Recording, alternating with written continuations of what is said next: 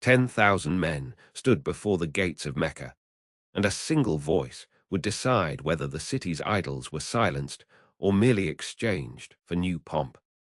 Who would carry that voice into the heart of Quraysh, and why would his call matter more than the swords at his side? The stake was not only conquest, it was the reclaiming of the Kaaba as the locus of pure Tawheed.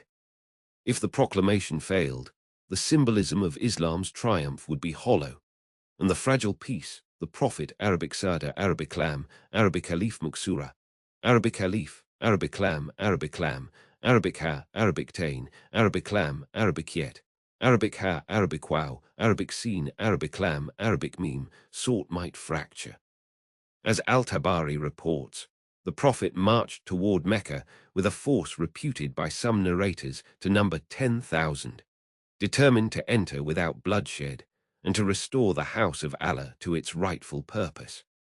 Ibn Kathir likewise records the scene. The vast column of the community approaching the sacred valley, silent with purpose, while the Prophet weighed mercy against victory. The strategic decision was deliberate and spiritual. The Prophet Arabic Sada, Arabic Lam, Arabic Alif Muksura, Arabic Alif, Arabic Lam, Arabic Lam, Arabic Ha, Arabic Tain, Arabic Lam, Arabic Yet, Arabic Ha, Arabic Wow, Arabic Sin, Arabic Lam, Arabic Meme, entrusted the task of proclaiming the Adhan at the Kaaba to Bilal ibn Rabah radi-Allahu anhu, not because Bilal was a general, but because his life embodied the moral conquest at the center of this campaign. As Ibn Kathir recounts, Bilal's voice would not merely summon prayer, it would announce a moral reorientation, from chains and idols to liberation and worship. Choosing Bilal was a tactical act of the soul. In the crowded alleys of Mecca and on the roof of the sacred house, the Adhan would be a public edict converting military advantage into spiritual renewal. The geography sharpened the moment. Mecca's narrow streets and the elevation of the Kaaba turned a single human voice into a broadcast across the valley. Al-Tabari records that Bilal climbed and called aloud so that every ear could hear, a deliberate use of place to cement a message. The decision to call from the Kaaba itself was strategic. It symbolically inverted the centuries of idolatrous proclamation, replacing rituals of the past with the call to Allah alone. For Bilal, who had been a slave and then a freed companion through the mercy of Abu Bakr radi-Allahu anhu, this was the zenith of a life whose niyyah had always been clear to serve the One. The tactical payoff of the earlier decision to let Bilal's voice declare Mecca's return to Allah had succeeded. Yet a new dilemma now threatened the soul of the community. Could the memory of the Prophet be preserved without becoming a political fault line? Bilal's silence spoke as loudly as his Adhan had. He later removed himself from the epicenter of political contention, and as Ibn Kathir and Al-Tabari relate, departed for Damascus, where he would spend his remaining years. But the question remained open. While the sound of Bilal's Adhan had sealed Mecca's spiritual recovery, what would his silence do to a community navigating loss and leadership? What nobody knew that night was how that personal grief would collide with the wider test of the Ummah's unity in the generations to come. 3,000 men stood against the might of the Byzantine Empire, an army of 200,000. This was no mere skirmish. It was a test of faith, strategy, and courage. The year was 629 CE, and the Roman governor of Syria, Hercules, had sent a massive force to punish the Muslims for their growing influence. The Roman army was a terrifying force, battle-hardened and equipped with the finest weapons of the time. The Muslims, on the other hand, were a small but determined group, united by their faith and led by the Prophet Muhammad's Arabic Sada, Arabic Lam, Arabic Alif Muksura, Arabic Alif, Arabic Lam, Arabic Lam, Arabic Ha, Arabic Tain, Arabic Lam, Arabic Yet, Arabic Ha, Arabic Wow, Arabic Sin, Arabic Lam, Arabic Meme closest companions. Among them was Bilal ibn Rabah, the first mueddin of Islam, whose voice had once echoed through the streets of Mecca, calling the faithful to prayer. Now he stood ready to face the greatest challenge of his life. The stakes were monumental. If the Muslims failed, the fledgling Islamic State would be crushed before it could take root. The Roman Empire, with its vast resources and military might, would not tolerate this new faith spreading across its lands. The Muslims knew that defeat would mean the end of their mission, to spread the message of Islam and establish justice and peace. The Prophet Muhammad, Arabic Sada, Arabic Lam, Arabic Alif Muksura, Arabic Alif, Arabic Lam, Arabic Lam, Arabic Ha, Arabic Tain, Arabic Lam, Arabic Yet, Arabic Ha, Arabic Waw, Arabic Sin, Arabic Lam, Arabic Meme, had sent 3 commanders to lead the Muslim forces: Zayd ibn Haritha, Ja'far ibn Abi Talib, and Abdullah ibn Rawaha. Each was a man of immense courage and faith, but the odds were overwhelming. The battlefield was the region of Mata, near the modern-day border between Jordan and Syria. The terrain was rugged and unfamiliar to the Muslims, giving the Romans an advantage. The Roman army was well prepared, with cavalry, archers, and heavily armored infantry. The Muslims, however, were outnumbered 60-1. As Ibn al-Athir recorded in his Al-Kamil fi al-Tarikh, the Muslim commanders knew they had to rely on their faith and tactical ingenuity to survive. The strategy was clear: use hit-and-run tactics to weary the enemy, avoid direct confrontation until the opportune moment, and rely on Allah's guidance.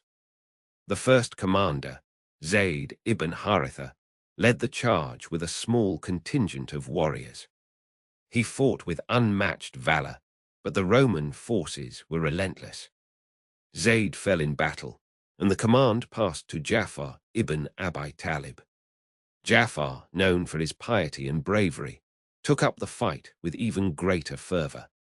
He led the Muslims in a series of daring maneuvers, but the Romans continued to press forward. Ja'far, too, was martyred, and the command then fell to Abdullah ibn Rawaha. Abdullah, a man of deep faith and unshakable resolve, rallied the remaining Muslim forces. The battle raged on, with the Muslims fighting desperately to hold their ground. According to Al-Tabari in his Tarikh, al-Rusul wa al-Muluk, the Muslims were on the brink of collapse. The Roman army, though suffering losses, continued to advance.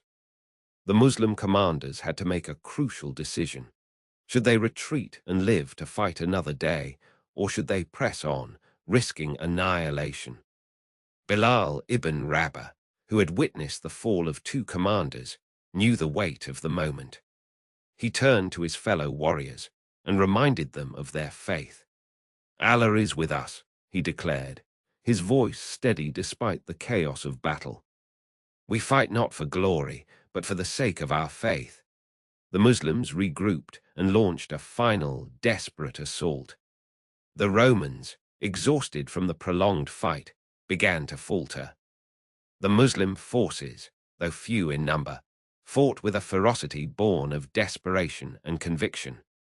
The Romans, realizing the cost of victory, began to retreat. The Battle of Mata was not a decisive victory for the Muslims, but it was a monumental display of their courage and resilience. The Romans had been forced to withdraw, and the Muslims had proven that even in the face of overwhelming odds, their faith could move mountains. As the surviving Muslims returned to Medina, the impact of their stand at Mata was felt across the Arab world. The Romans, humbled by the encounter, knew that this new faith was not to be underestimated. The Muslims, meanwhile, had shown the world that they were a force to be reckoned with. Bilal ibn Rabah, who had once been a slave, had now become a symbol of courage and faith. His role in the Battle of Mata would be remembered as a testament to the power of belief and the indomitable spirit of the early Muslims. But the Battle of Mata was only the beginning.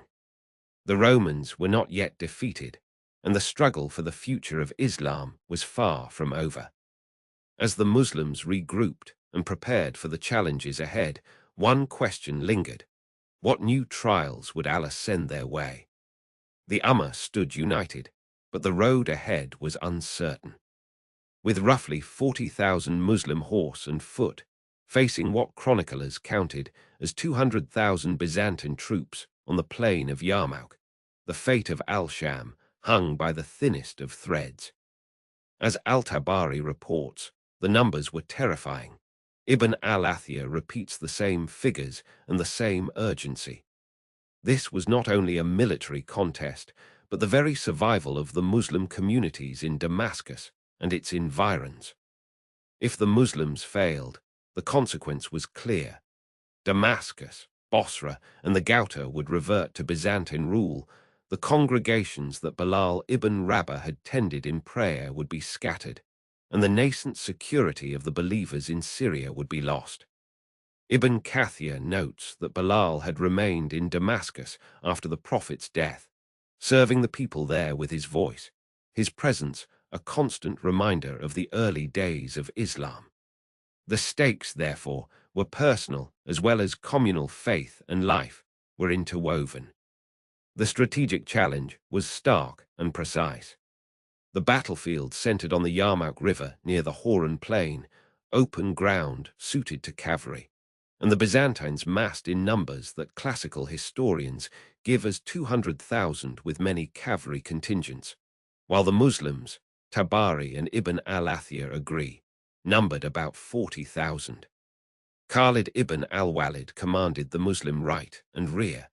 His reasoning, recorded in the Tarikh, was based on mobility and morale. Facing a numerically superior foe, he chose concentration of force at decisive points, use of the cavalry in rapid flanking movements, and disciplined holding actions rather than headlong charges.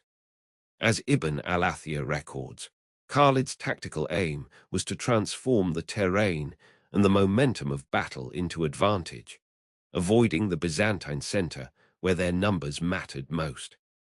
Bilal's role was not a command on the field, but a moral bulwark in the besieged towns and the camps nearby. Ibn Kathir emphasizes his niyyah and tawakkul.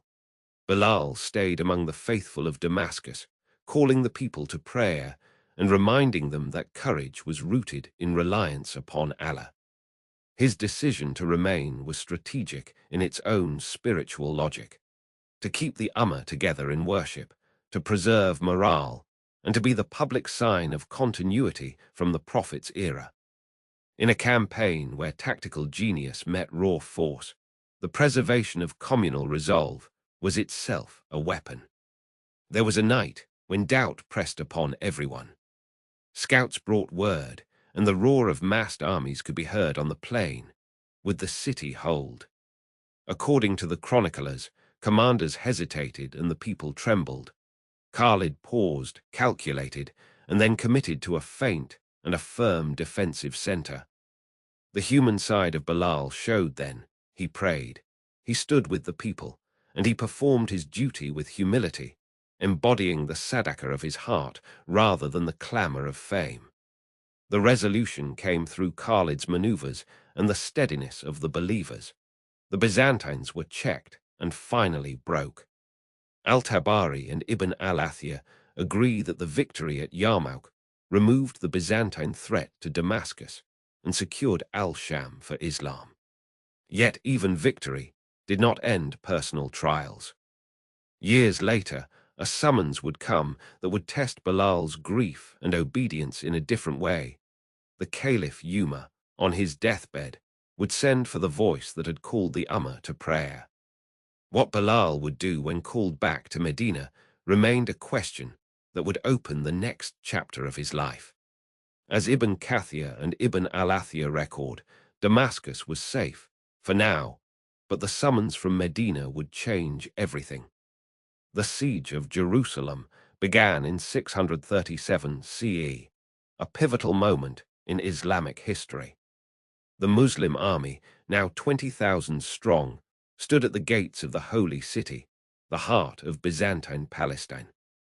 The fate of Jerusalem hung in the balance, and with it, the future of the Muslim conquest of the Levant. As Al-Tabari recorded in his Tarikh, the Byzantine forces under the command of Patriarch Sophronius had barricaded themselves within the fortified walls, determined to resist the Muslim advance. The city's defenses were formidable, and the terrain around Jerusalem was rugged, making a direct assault perilous. The Muslims were led by the esteemed commander Amr ibn al-As, a veteran of the Battle of Yarmouk and a close companion of the Prophet Muhammad. Amr ibn al-As, known for his strategic acumen, understood the importance of Jerusalem both militarily and spiritually. He had with him not only his seasoned troops, but also a contingent that included Bilal ibn Rabah, the first muezzin of Islam, whose presence was a reminder of the faith that united them. Amr ibn al-As chose a strategy of siege and negotiation. He knew that a prolonged siege would weaken the Byzantine forces and force them to reconsider their resistance.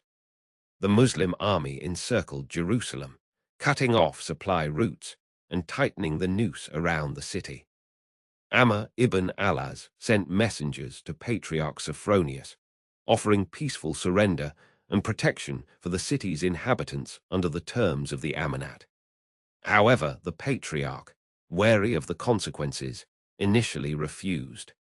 According to Ibn al-Athir in Al-Kamil fi al-Tarikh, the siege lasted for several months. The Muslims, ever mindful of their faith, prayed for divine intervention and guidance. Bilal ibn Rabah, whose voice had once echoed the call to prayer in the Prophet's mosque, now led the Muslims in supplication. The moral fiber of the Muslim army was unshaken, their resolve strengthened by the knowledge that their struggle was a jihad for the sake of Allah. The crisis came when the Byzantine forces, desperate and running low on supplies, made a final stand. The Muslims, though outnumbered within the city's confines, held firm. Amr ibn al-As, ever the tactician, ordered his men to dig trenches and reinforce their positions.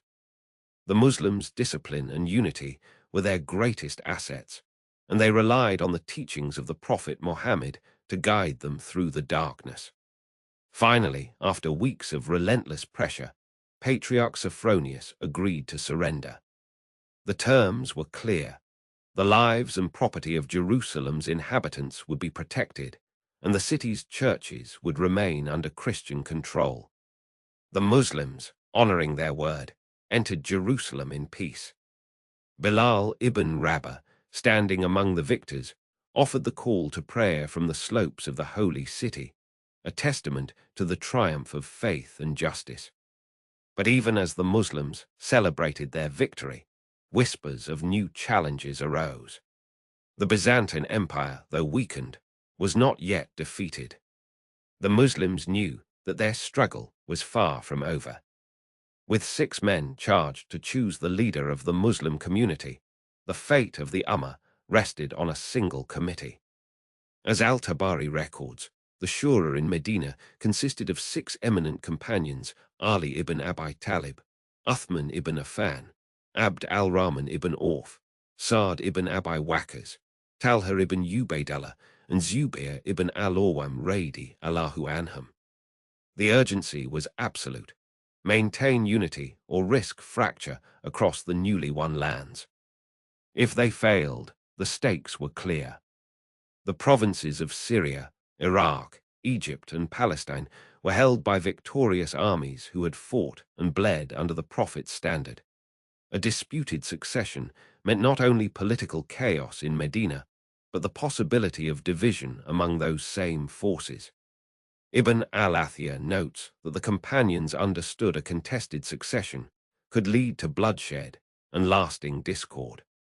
The Shura's task was therefore not abstract theology, but the preservation of the community's unity and its capacity to govern vast, diverse territories.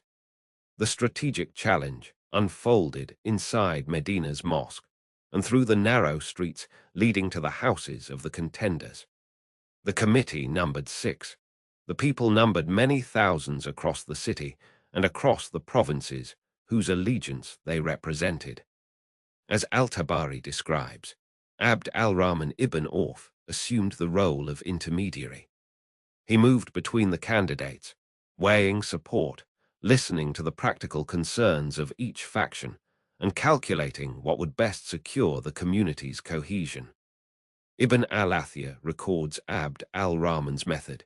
He sought a candidate around whom the largest consensus could be formed, one who combined personal virtue, Qurayshi standing, and the ability to manage the treasuries and armies that now belonged to Islam. Why choose Uthman? The reasoning was tactical.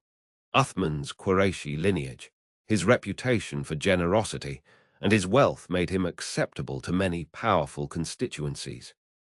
Abd al-Rahman judged that Uthman could placate rival interests and preserve stability, a choice aimed at averting immediate strife. As Ibn Kathir reports, the deliberations were not merely pride or factionalism. They were weighed with the intention to protect the Ummah and to act with tawakkul upon Allah's guidance. Yet human doubt and pain shadowed the decision. For men like Bilal ibn Rabah, the turmoil offered no honor. According to Ibn Kathir and Ibn al-Athir, Bilal chose withdrawal over political endorsement. He would neither maneuver nor agitate. His akhlaq, humility, fear of fitna, and reliance on Allah guided him to remain apart. There was a momentary crisis in Medina's heart. While the Shura sought to bind the community, many companions wrestled with conscience, loyalty, and fear of future dissension. Ibn Khaldun later explains, in his analysis of social cohesion, how decisions of elites can produce unintended factional momentum, a sober reminder that the best intention cannot always forestall human consequence. Abd al-Rahman's resolution was decisive. He secured pledges for Uthman and announced the Caliphate that would, for a time, maintain outward unity. The tactic worked in the short term, an agreed figurehead, broad-based allegiance, and a pause to the immediate threat of civil war. But the agreement contained an unresolved tension. What nobody in that mosque could fully see was how the decision would age. The fragile settlement in Medina hid simmering grievances in distant provinces. As Ibn al-Athir and Al-Tabari chronicle the years to come, the choice that prevented immediate rupture would become the spark for a far greater test. The year was 644 CE, and the Ummah faced a crisis. The once unified Islamic state now stood at a crossroads. The Caliphate, under the leadership of Uthman ibn Affan, was being tested from within. Rumors of division spread like wildfire, threatening to tear apart the very fabric of the Muslim community. In Medina, the city that had been the heart of the Islamic world since the Hijrah, whispers of discontent grew louder. The unity that had seen the Muslims conquer vast territories now seemed fragile. The future of the Ummah hung in the balance, and the stakes could not have been higher. The faith of millions, the stability of the Caliphate, and the legacy of the Prophet Muhammad, Arabic Sada, Arabic Lam, Arabic Khalif Muksura, Arabic Khalif, Arabic Lam, Arabic Lam, Arabic Ha, Arabic Tain, Arabic Lam, Arabic Yet, Arabic Ha, Arabic Wow, Arabic Sin, Arabic Lam, Arabic Meme himself were all at risk. As the turmoil in Medina intensified, the need for decisive leadership became apparent. The Shura of Six had elected Uthman, but now the Caliphate required a steady hand to navigate these treacherous waters. The Muslim army, once a formidable force, was now divided. The once unified vision of spreading Islam and justice was being challenged by internal strife. The Caliphate needed a hero, a leader who could restore unity and guide the Ummah through this critical period. Meanwhile, in the distant lands of Egypt, a different kind of battle was being fought. The Muslims had established a strong presence there, but the region was not without its challenges.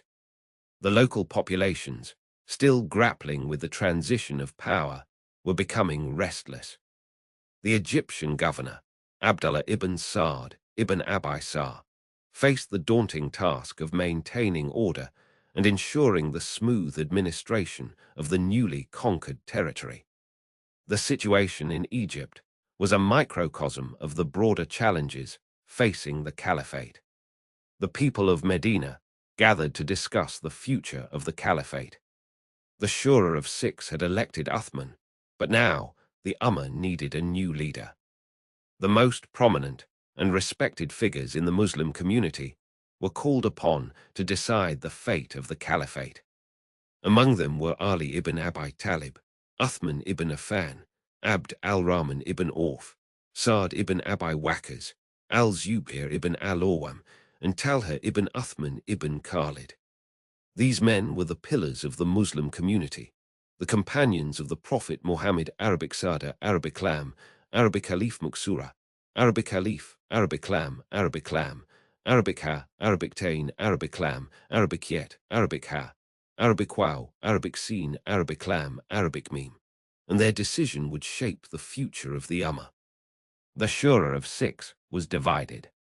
Each had their own vision for the Caliphate, and the discussions were intense. The future of the Ummah hung in the balance, and the weight of their decision was immense. The Muslim world was watching, waiting for a leader who could restore unity and guide them through this critical period. The Shura of Six knew that their choice would determine the fate of the Caliphate and the future of Islam. As the discussions continued, Ali ibn Abi Talib emerged as a strong candidate. His close relationship with the Prophet Muhammad. Arabic Sada, Arabic Lam, Arabic Khalif Muksura, Arabic Khalif, Arabic Lam, Arabic Lam, Arabic Ha, Arabic Tain, Arabic Lam, Arabic Yet, Arabic Ha, Arabic Wow, Arabic Sin, Arabic Lam, Arabic Meme. His wisdom and his leadership qualities made him a natural choice. However, the decision was not unanimous. The Shura of Six had to consider the implications of their choice, the potential for division, and the need for unity. The future of the Ummah was at stake, and the Shura of Six knew that they had to make the right decision.